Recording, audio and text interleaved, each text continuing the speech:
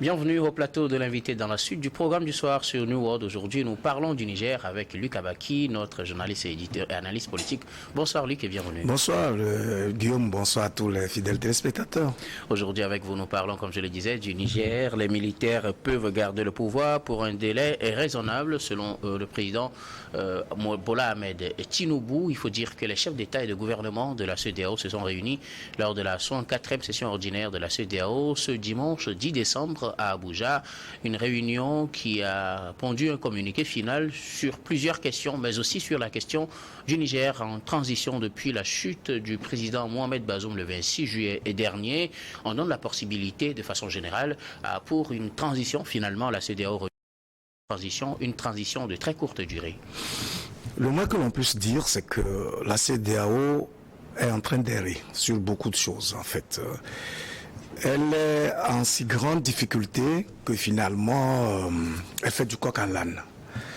Rappelez-vous, lors du dernier sommet, je crois que c'était le 10 août, oui, où il y avait des décisions assez fortes, où la CEDEAO se positionnait comme une structure guerrière et elle menaçait justement d'intervention militaire au Niger, etc., etc. Et puis dans la foulée, par la suite, on a vu comment il y a eu des tiraillements, des difficultés pratiques pour d'abord mettre en œuvre ces genres de décisions qui étaient prises pratiquement de façon hasardeuse.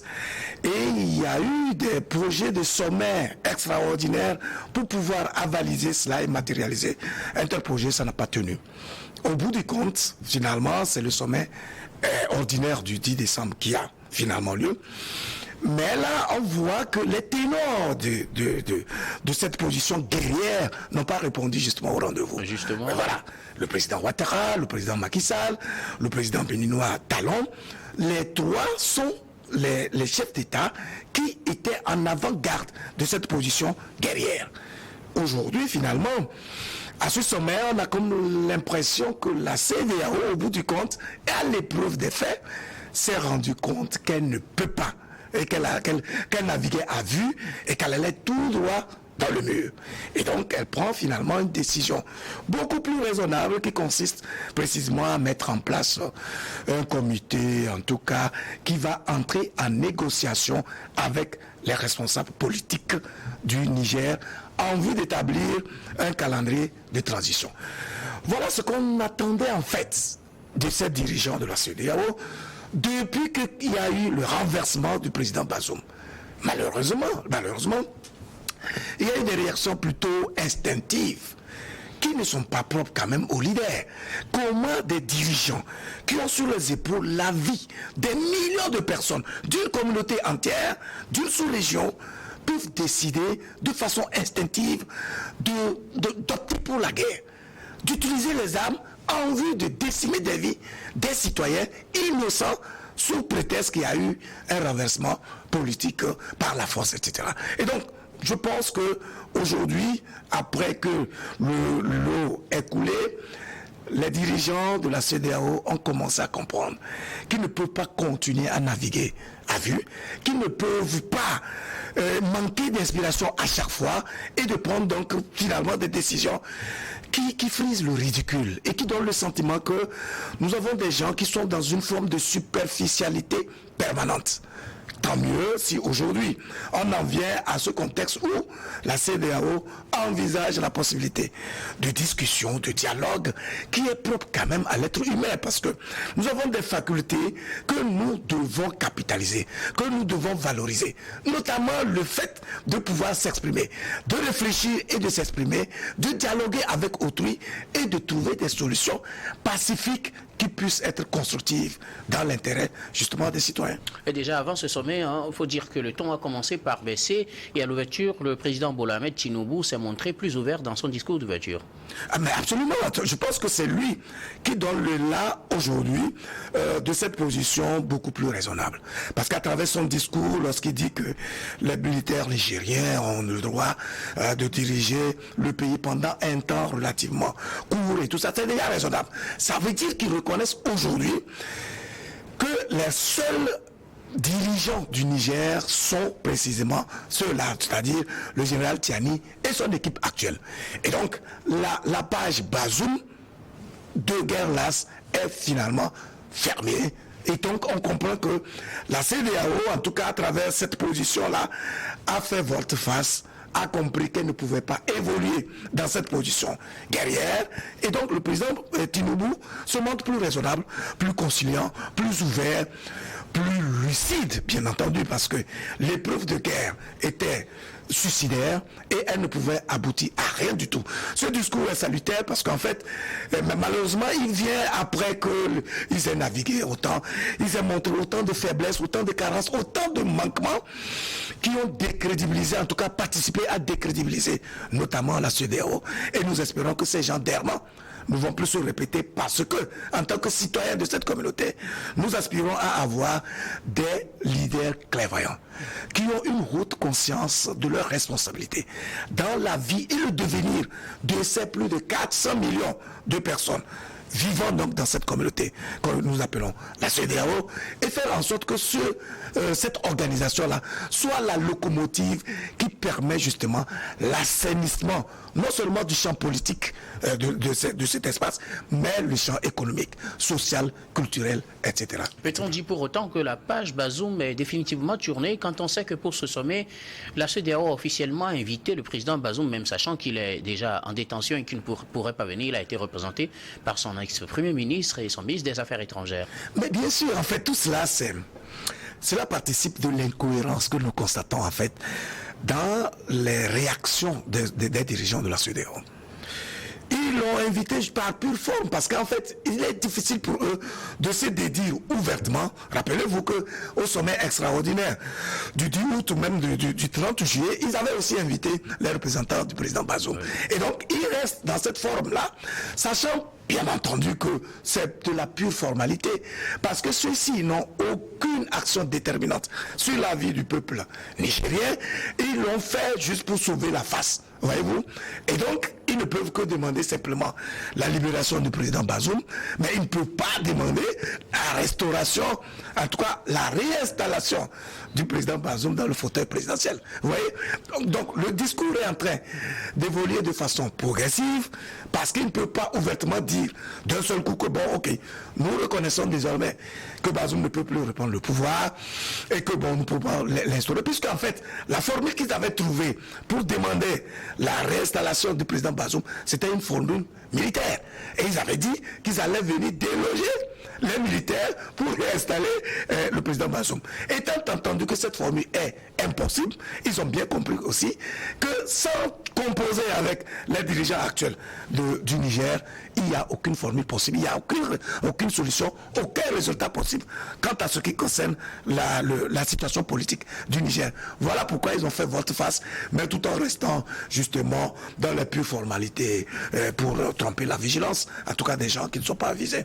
Ouais. Ce sommet aussi a été marqué par une absence, vous l'évoquiez tout à l'heure, l'absence de 3 chefs d'État, celui du Bénin, celui du Sénégal et celui de la Côte d'Ivoire. Le président ivoirien a été représenté par son vice, ceux du Bénin et du Sénégal ont été représentés par le ministre des Affaires étrangères. Je le disais à l'instant, vous avez constaté que cette position belliqueuse, guerrière, qui consistait à envisager la possibilité d'intervention militaire au Niger avait été savamment nourri par les 3 chefs d'État, notamment le président ivoirien qui, à la suite du sommet du 10 août, a cru nécessaire, judicieux, opportun de faire un point de presse pour se positionner en avant-garde comme étant le porteur de cette position d'intervention militaire, annonçant d'ailleurs qu'il a mis en place son contingent entre 800 et 1100 hommes et qu'il envisageait une intervention sur 3 mois avec un budget déjà établi, etc. etc. Mais c'était la première fois qu'on voyait un dirigeant tenir ce genre de langage où il se gargarisait, où il était parfaitement heureux d'une intervention militaire où au moment où les pays sont en train de gruger pour exister, pour vivre, ils mobilisent des ressources du citoyen ivoirien pour pouvoir envoyer des militaires en vue d'une guerre qu'il provoque de façon délibérée. Donc, à partir de l'instant où un tel schéma ne peut plus marcher, à partir de l'instant où beaucoup de critiques ont fusé de partout, les opinions se sont élevées, le débat est devenu extrêmement houleux et ils ont compris qu'ils ont fait fausse route. Évidemment, ils ne pouvaient plus participer à un tel sommet où il y a eu un ramollissement, il y a eu un adoucissement, où on comprend que c'est la lucidité désormais qu'on veut prôner. Et donc, à partir de cet instant-là, ces dirigeants ne pouvaient pas se sentir à l'aise. Ils n'avaient pas envie d'être démentis, dédits, de façon aussi flagrante. Voilà pourquoi ils ont trouvé cette subterfuge qui consiste à s'absenter et à se faire représenter justement par des ministres et le vice-président. L'une des décisions principales concernant le Niger à ce sommet, c'est la libération du président Mohamed Bazoum ainsi que de ses proches et de ses ministres qui sont toujours en détention depuis le coup d'État. Évidemment, c'est le minimum que les chefs d'État de la CEDEAO pourrait demander dans un contexte comme celui-ci. On est parti du forcing qui consisterait à réinstaller le président Bazoum à cette phase de sa libération pure et simple. C'est de bonne guerre de toute façon, tout en sachant qu'en fait, même cette position aussi, elle est discutable. Dès l'instant où les autorités nigériennes actuelles ont évoqué des situations de trahison, de détournement, bref, des actes délictueux qui auraient été commis par le président Bazoum et certains de ses collaborateurs. Si tel est le cas, et les dirigeants sont conscients qu'en fait tout dirigeant ne gère que le bien commun, les ressources des citoyens, et qu'en cas de défaillance ou de détournement, etc., le dirigeant doit répondre de ses actes. Ça veut dire qu'une telle demande n'a aucun sens. Mais c'est un acte politique, parce qu'il s'agit là des chefs d'État qui aussi jouent pour leur propre survie politique, pour leur propre devenir.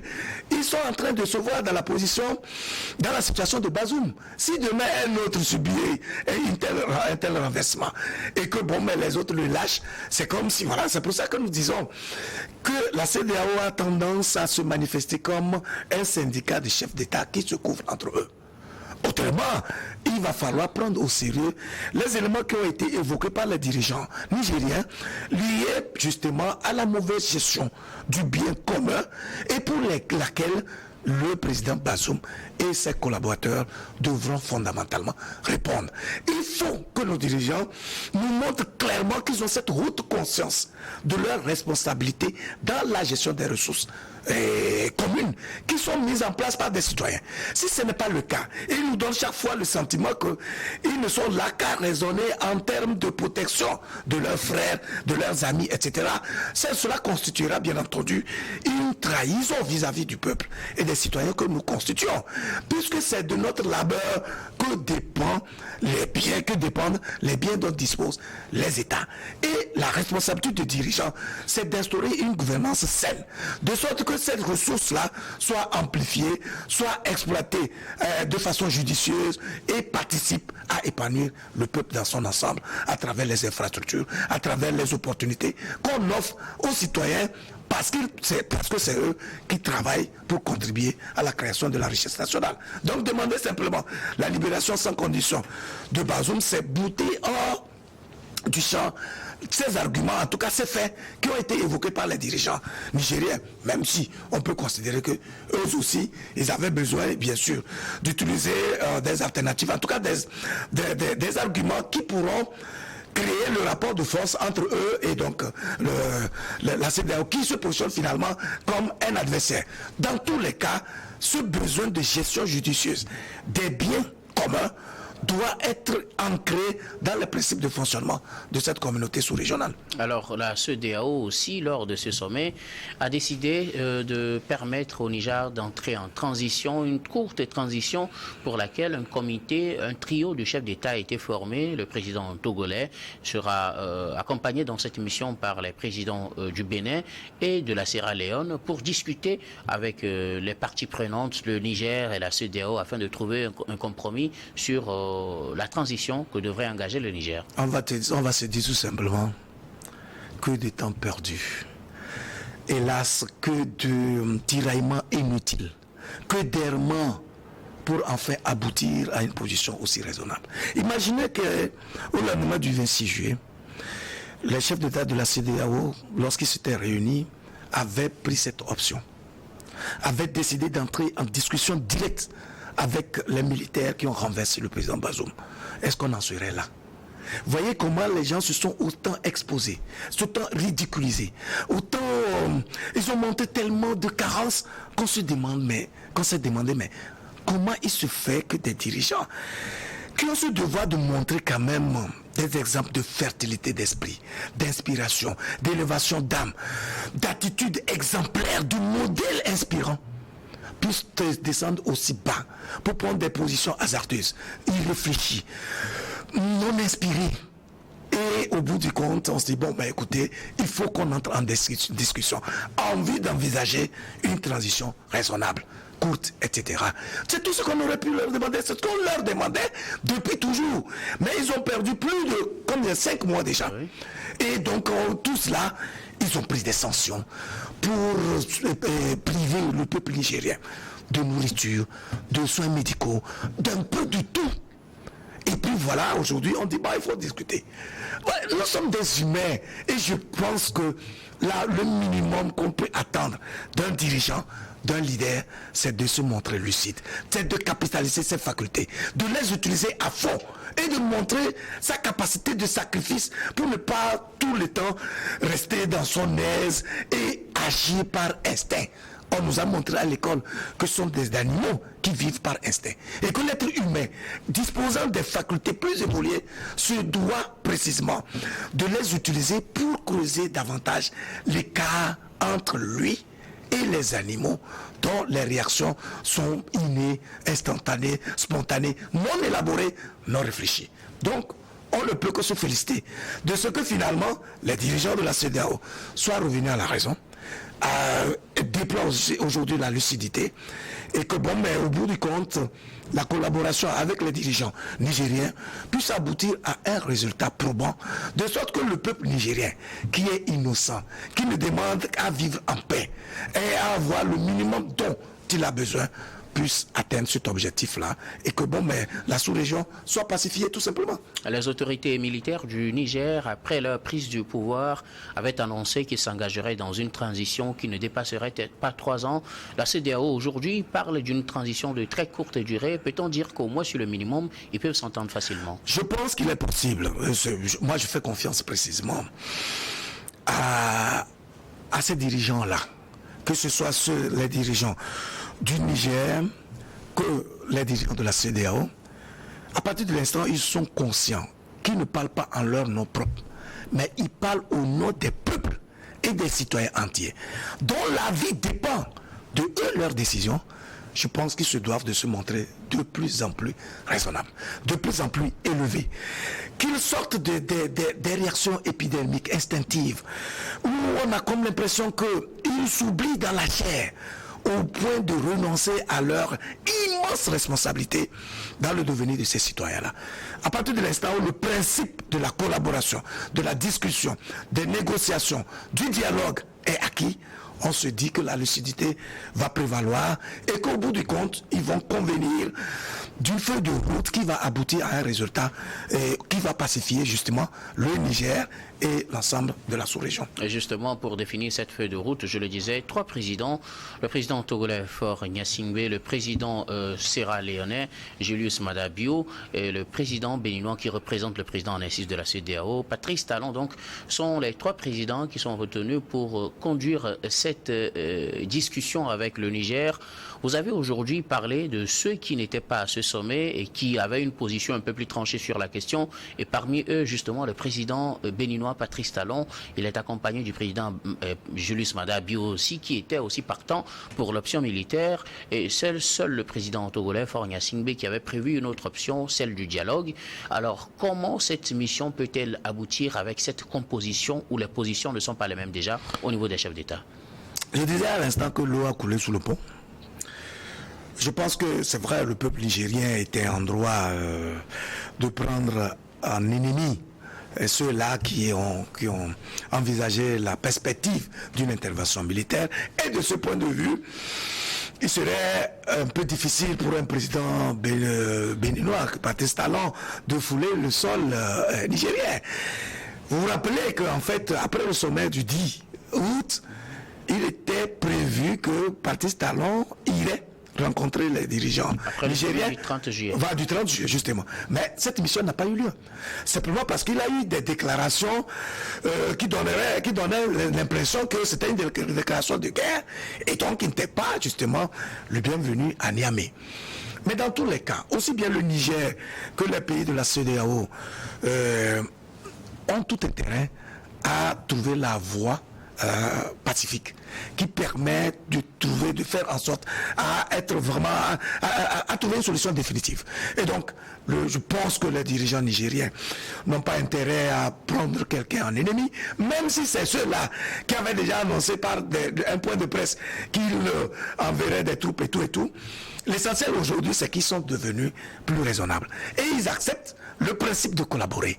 Vous imaginez un président qui a déjà dit de façon claire que nous allons intervenir militairement, etc., et qui, par la suite de guerre lasse, dit bon, mais écoute, je vais aller négocier. C'est déjà un affront pour lui-même. Le fait de faire volte-face et d'accepter le principe de collaborer signifie tacitement qu'il reconnaît la représentativité ou du moins la légitimité des dirigeants nigériens. Je pense que c'est déjà un grand point que les dirigeants nigériens ont gagné. Ils se doivent eux aussi de pacifier le pays, de pousser le peuple à être plus raisonnable et de faire en sorte que des solutions les plus lucides soient trouvées, de sorte qu'au bout du compte, tout le monde puisse sortir gagnant. Alors, pensez-vous en la réussite de cette émission avec cette composition de ce trio pour gérer les négociations? C'est possible. Tout dépend du niveau de lucidité, de responsabilité. Tout dépend du langage qui sera tenu. Mais je pense que si c'est le sommet de la CEDEAO lui-même qui a délégué ces gens-là, donc ils sont missionnés et ils parlent au nom de la CEDEAO.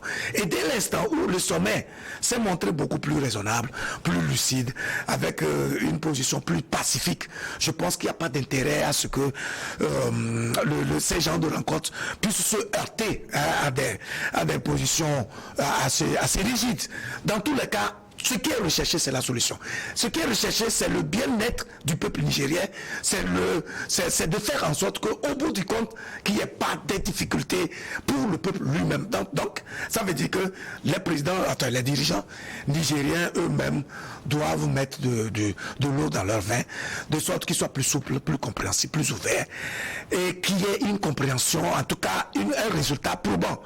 Maintenant, je sais qu'ils vont se heurter sur la durée en question, mais celui qui va trancher le mieux sera le peuple nigérien. S'il adoube les dirigeants actuels et l'accepte comme étant ses représentants qui doivent pouvoir parler à leur nom, je pense qu'il appartient à ce peuple-là de le démontrer, de s'affirmer, un peu comme ce qui s'est passé au Mali, où le président malien jouit d'une légitimité incontestable et où finalement la CEDEAO a des difficultés à faire des injonctions parce que le principal bouclier d'un dirigeant n'est rien d'autre que son peuple. Lorsque vous avez un leadership éclairé, vous avez des idées qui sont claires et vous les exprimez de façon claire et que le peuple y adhère, il n'y a plus rien d'autre qui puisse venir de l'extérieur pour fissurer cette dynamique unitaire qui permet l'évolution, le développement, l'épanouissement de tout pays, de tout peuple et de tout citoyen. Alors, l'un des messages phares que va porter ce trio de chefs d'État, c'est celui de la libération du président Bazoum, qui fait partie des conditions posées par la CEDEAO pour pouvoir permettre à l'organisation sous-régionale donc d'alléger ses sanctions envers le Niger. Le général Tiani se montre très réfractaire à l'idée de libérer pour le moment le président déchu Mohamed Bazoum. Déjà un blocus pour les négociations au niveau de ce trio? A priori, oui. Mais vous savez, la discussion permet toujours de ramollir les positions. C'est une question de position, mais en même temps de raisonnement. Vous voyez, il est clair que si le motif de détention du président Bazoum repose sur des détournements des biens communs et que la démonstration est faite clairement qu'il y a eu des situations comme ça où le peuple a été trahi par ses dirigeants, je pense que la CEDEAO n'a aucun intérêt à revendiquer simplement, de fait, par pur principe, la libération d'un dirigeant dès l'instant où il est établi qu'il s'est montré défectueux par rapport à sa responsabilité en ce qui concerne la gestion du bien commun. Mais au même moment, il appartient aussi à ses dirigeants, au général Tiani et à son équipe, de se montrer plus humains, plus ouverts, et de trouver des formules pratiques qui permettent le consensus et qui permettent d'avancer, bien entendu. Parce qu'on ne peut pas se mettre à deux, raisonner et ne pas trouver des formules qui permettent de faire évoluer la situation. Donc, on n'a pas d'autre choix en tant que citoyen, leader d'opinion, que de leur faire confiance, avec l'espoir que les échanges permettront de voir jusqu'où on peut pousser les pions et comment on pourrait avancer pour, en ultime solution, faire en sorte que la population n'en pâtisse pas, qu'elle ne subisse pas de façon injuste des choix politiques qui ne sont pas inspirés par des dirigeants raisonnables. Voilà. Luc Abaki, nous arrivons pratiquement à la fin de ce numéro de l'invité. Un mot de fin pour conclure. Je pense que les épreuves auxquelles les dirigeants de la CEDEAO sont en train de faire face et qui les ont poussés malheureusement à prendre des positions qui ne sont pas inspirées et qui ont donné le sentiment qu'on a des dirigeants qui sont dans la superficialité, ces épreuves-là doivent leur servir de leçon. Et qui doivent comprendre qu'aujourd'hui, en ce 21e siècle, avec l'expansion de la connaissance à travers les canaux, les réseaux sociaux, etc., on ne peut diriger que par l'exemple. Et qu'il n'est pas possible qu'on puisse avoir des dirigeants qui se montrent aussi faiblards, aussi incapables de réflexion, de sacrifice, d'élévation pour inspirer. Le peuple d'Afrique a besoin des modèles inspirants. Les dirigeants doivent comprendre qu'ils ont une mission sacerdotale vis-à-vis de leurs citoyens et qu'ils ne peuvent pas jouir du pouvoir sans pour autant se déployer pour laisser des empreintes indélébiles qui participent à construire des sociétés solides, prospères et à travers lesquelles les idées, ou je vais dire des modèles, émergent parce qu'ils ont montré un leadership exemplaire en libérant les énergies et en faisant en sorte que nous valorisions le mieux possible les facultés humaines dont nous disposons. Luc Abaki, journaliste et analyste politique, merci d'être passé sur ce plateau. Le merci, c'est à vous, c'est un plaisir. Et merci également à vous de nous avoir suivis dans ce numéro de l'invité. Je vous retrouve tout de suite pour la suite du programme du soir et ce sera d'un regard croisé.